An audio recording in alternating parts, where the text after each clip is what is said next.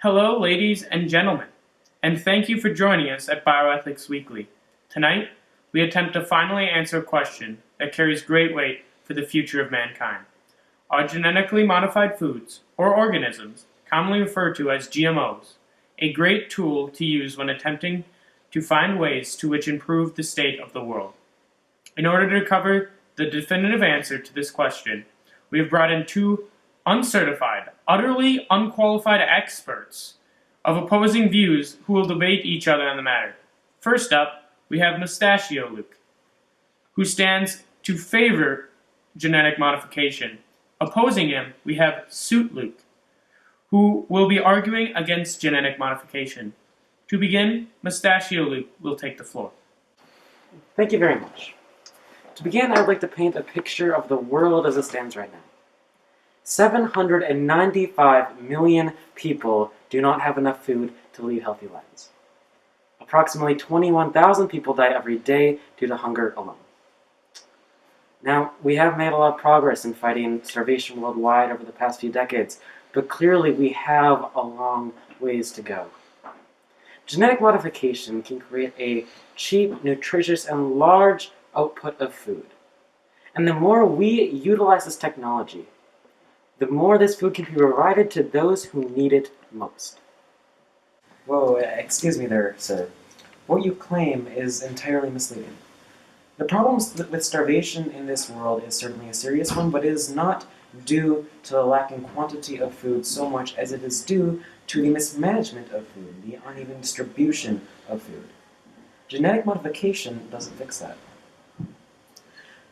Progress in regards to world hunger is not to be found in tampering with DNA, but rather through a collective commitment of the well-off towards sharing their excess with those in need.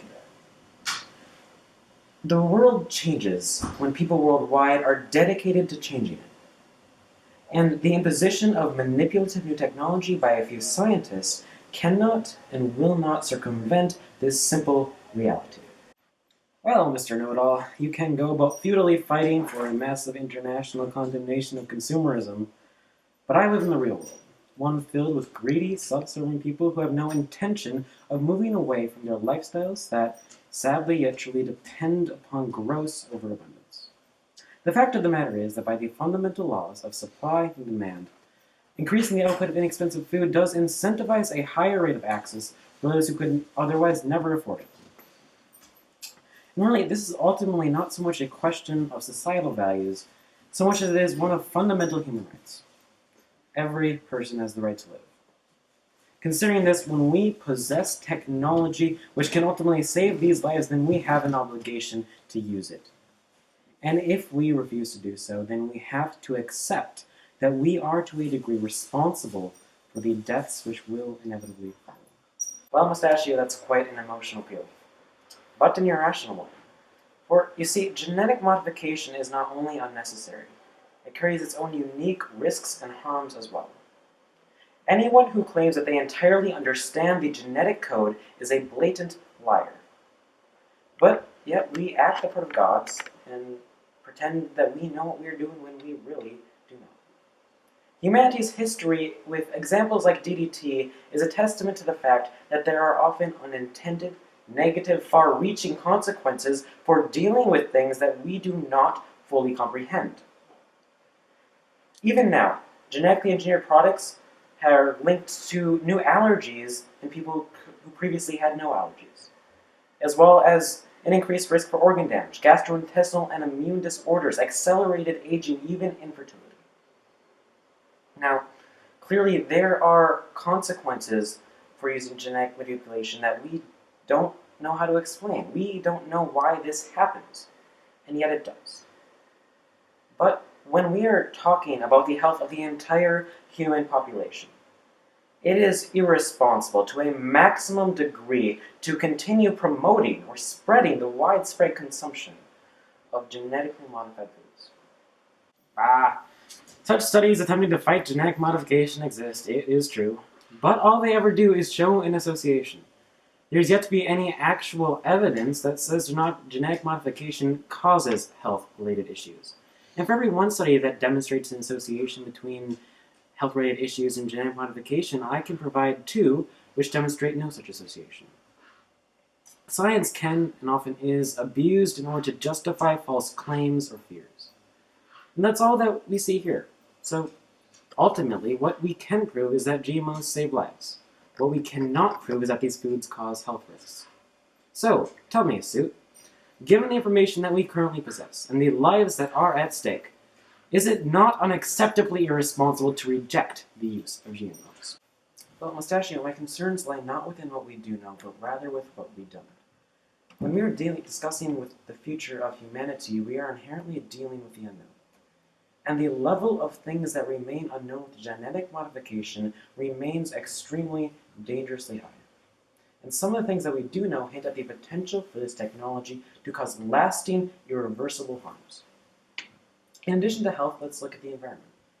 GMOs have increased resistance to herbicides. The problem is, the genes from these genetically modified plants can be transferred to weeds, creating so-called superweeds that require an ever-increasingly large dependency upon herbicides for crops, which science has shown to have devastating and lasting harms on the local ecosystems and their biodiversity. The world is abused enough as is by the human race. It's time for us to reverse this damage, not perpetuate it. That's just like you, Suit, a pretentious snob stuck in the past to look at things from only one side. For you see, GMOs themselves mitigate the need for herbicides due to their own genetic resistance to disease. So much of the increase you cite in herbicide usage due to the effects of genetically modified organisms is actually negated by the nature of genetic modification itself. And surely whatever manageable harms that exist can be eliminated in the future as our technologies and capabilities grow and progress. But I intend to bring this debate back to what it is dealing with at its core. And Suit, you have failed to demonstrate sufficient evidence to justify withholding the usage of technology which has the potential to and will continue to save lives around the world. And because of all these reasons, to conclude, it is for the health of our people, the progress of our world, and the advancing future of our race that I strongly urge you, Suit, and all others, to embrace genetically modified foods for what they truly are, a necessary benefit. Well, you savage, deviating menace with your utterly disgusting mustaches. I would like to first point out that by your own admission, while the heightened herbicide usage is somewhat lower due to genetic resistance in GMOs, there is still a net increase in herbicide usage as a result of genetic manipulation. And despite your baseless claim that this will change in the future, the problem may in fact worsen as time goes on. Mustachio, you claim that I have failed to prove the existence and great weight of genetic modification's unintended ramifications. But it is here that you fundamentally misinterpret my argument. We ought not to use genetic modification with our food, not because we know what it does, but rather because we don't.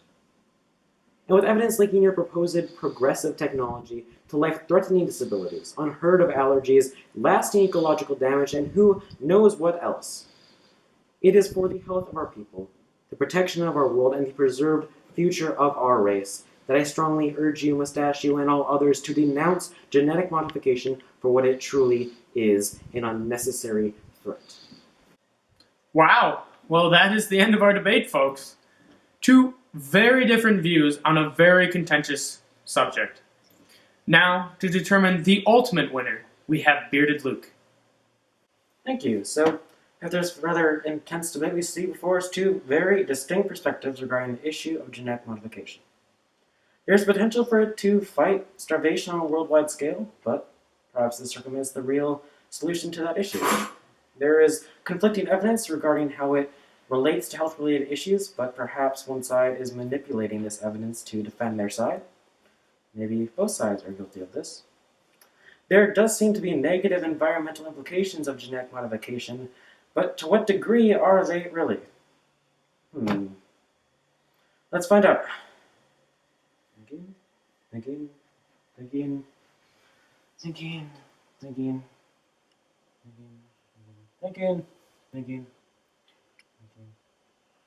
Thinking. Okay. Well, I don't know. I don't know at all. I have no clue. I can't factually determine the right or wrong sides to this issue. So is that it? Has bioethics failed? Well, perhaps not. Because, in truth, bioethics is not consumed with trying to determine which side of an issue is the correct or the wrong side of the issue. In reality, that's not what we're looking at. When you look towards bioethics at its core, it's really about examining two divergent ideologies: that of tradition, that of progress. What bioethics does is it examines the various values, the fears, the hopes, and worries of all these different sides, and after analyzing them, it uses them as a means of trying to determine not which side is the correct way to look at every scientific issue, but rather how exactly it is that mankind can find ways in which it continues to move forwards without leaving its humanity behind.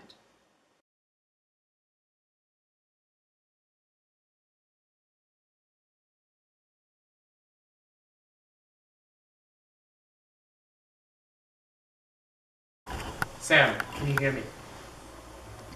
Yes, I can hear you. I can't hear you through the camera. No, I know, but Due to genetic Stop. modification. Luke, you're gonna have to be meaner when you say that. You Yeah, sounded way you're too still formal. talking in your regular debate voice. That's what I was thinking. You utterly disgusting mustachioed fool. It still sounds like you're smiling. You, Yeah, that's what it sounded like. You need to be angry. I want to break your knees and cut off your fingers, just Yeah. with less of a smile. See, say it back Or to the me. other I want way to. around.